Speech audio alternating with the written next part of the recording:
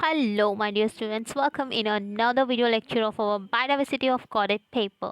In this video lecture, we are going to discuss about the importance of venom. So, first of all, we will talk about that what is venom. Now, venom is nothing but the secretion of venomous glands or venomous apparatus which is present in venomous animals.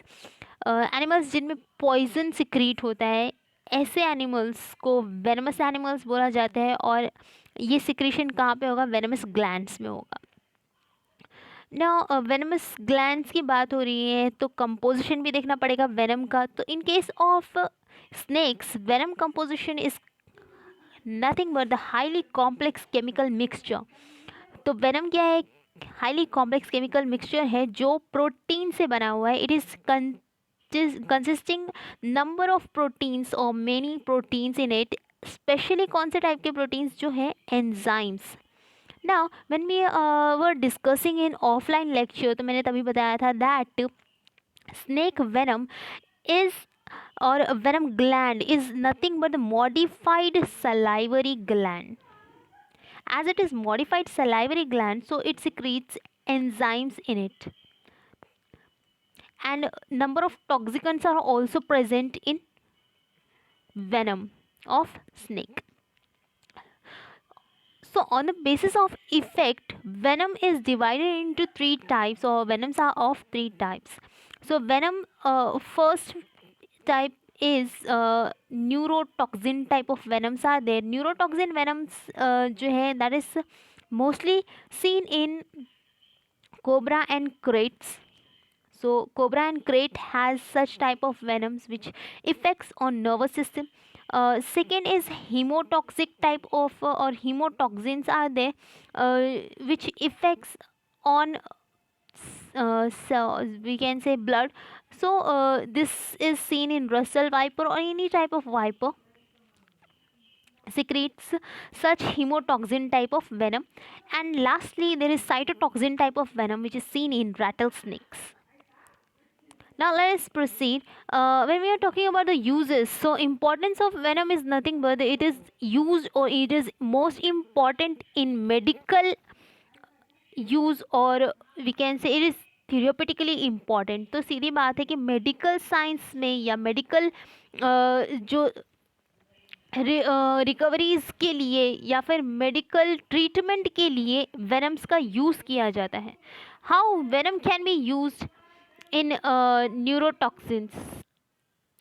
So first of all, we will see that what is neurotoxin. Neuro means nervous system, it is related to nervous system, and toxins means which causes ill effect or bad effect on our health, or we can say अभी तो यहाँ पे देखा जाए, so this term means that it causes bad effect on nervous system.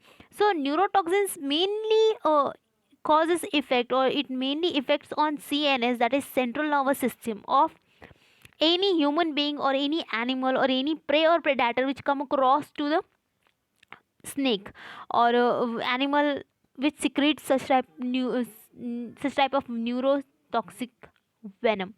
So they stop basically the mechanism of muscles. वो क्या कर रहे हैं? मसल्स का मैकेनिज्म रोक रहे हैं। बेसिक बात देखी जाए तो जब हम देख रहे हैं कि सेंट्रल नर्वस सिस्टम होता है, तो सेंट्रल नर्वस सिस्टम क्या होता है? इट इज़ अ मेन और basic structure which controls all over the body और ऑल ओवर द मसल्स और ऑर्गन्स और organ systems. The mechanism is under control of our nervous system. So यहाँ पे क्या हो रहा है कि मसल्स का मैकेनिज्म को स्टॉप किया जा रहा है, इनहिबिट किया जा रहा है।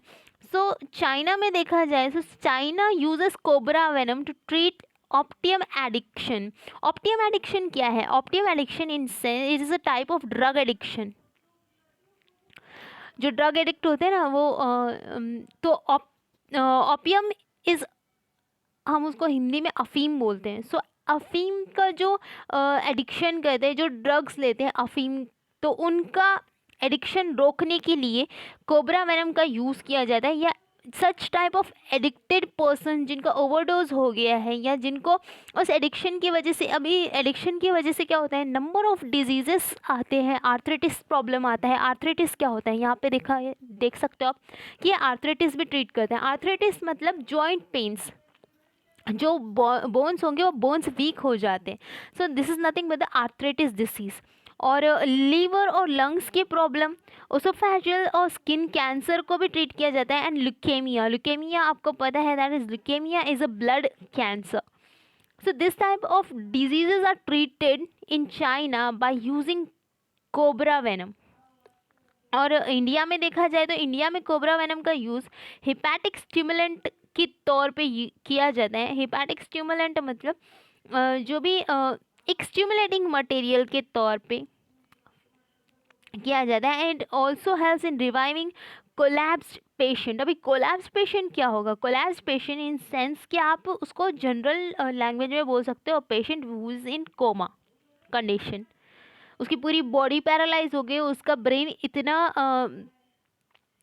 इल हो गया है कि वो बिल्कुल इफेक्ट ही नहीं कर रहा है, किसी में काम नहीं कर रहा है। तो यहाँ पे जो न्यूरोटॉक्सिकेंट है वो क्या करेंगे, ऐसे कोमा वाले पेशेंट को ट्रीट करने के लिए कोबरा वेनम यूज़ किया जाता है। Okay, let's come to the other uses of cobra venom. So they are used in back pain, arthritis।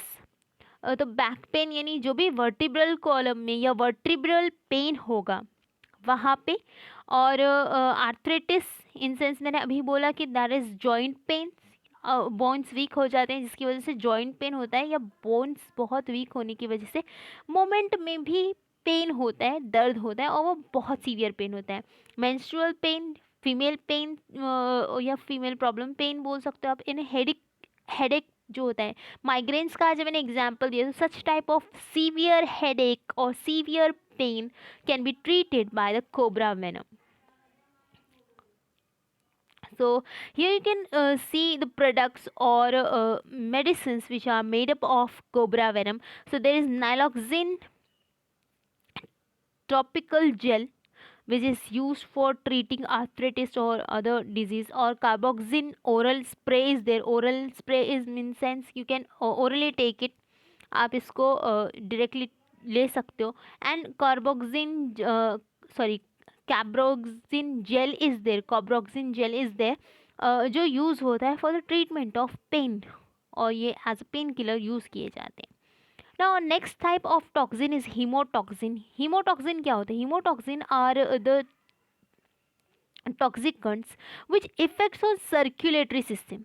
अभी सर्कुलेटरी सिस्टम में ये क्या इफेक्ट कर रहे हैं, so they act as anti clotting activity होती है उनमें। एंटी क्लॉटिंग मतलब क्या, एंटी क्लॉटिंग मतलब ये जो ब्लड है, ब्लड के हमारे क्या होता है, जब भी कहीं हमको चोट लग जाए, कट फट जाए, तो ब्लड क्या होता है, कोगुलेट होता है, वो घट हो जाता है और एक वहाँ पे बैरियर बनाता है ताकि ब्लड लॉस ना हो, एक्सेस ब्लड लॉस ना हो।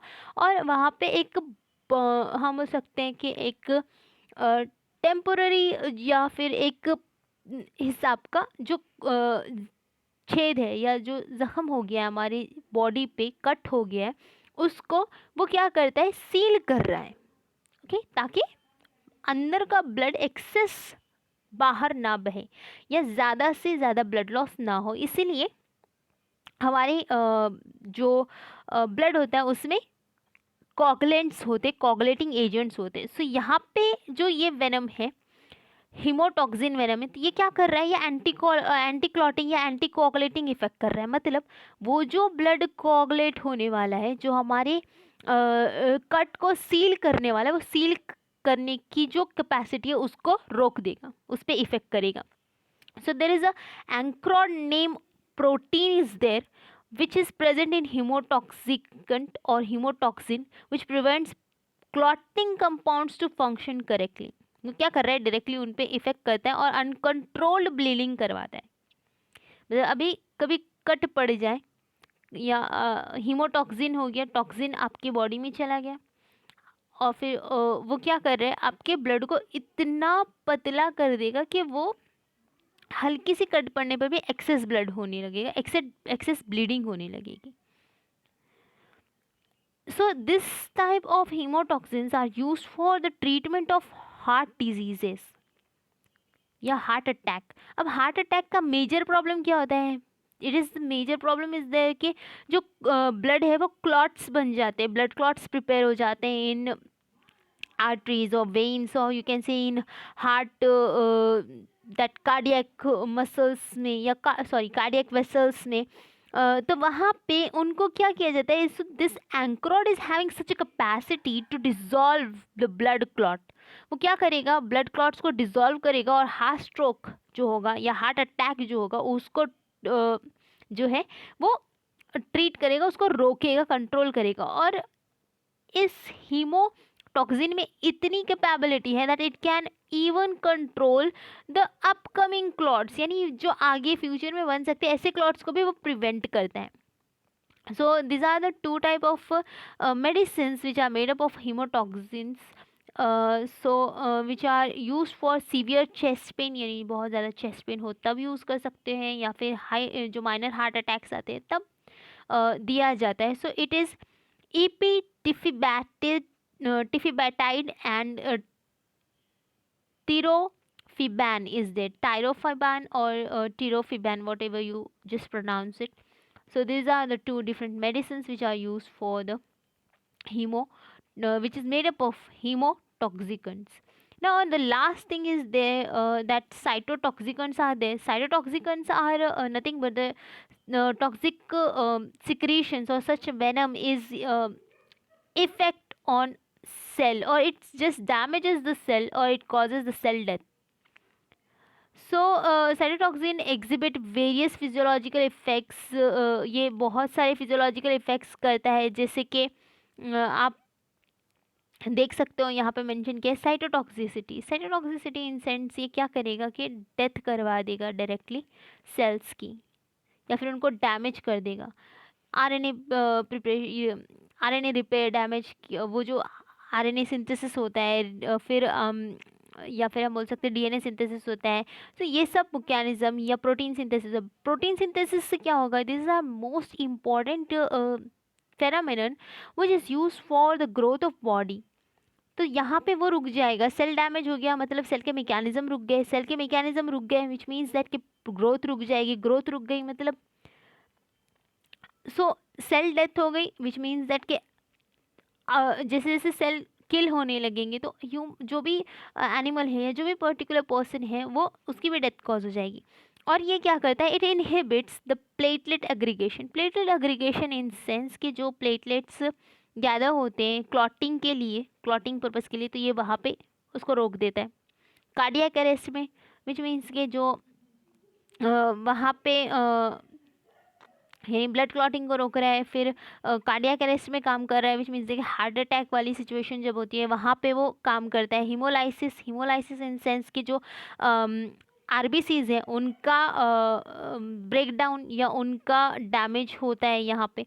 So this is how it affects, and this is how it is used for the heart diseases, for curing heart diseases and other cell related diseases. So basically यहाँ पे best जो इसका use है, या it is most effective in cancer treatment. Cancer में क्या होता है, कैंसर में जो सेल्स होते हैं तो उनकी अनकंट्रोल्ड ग्रोथ होती है.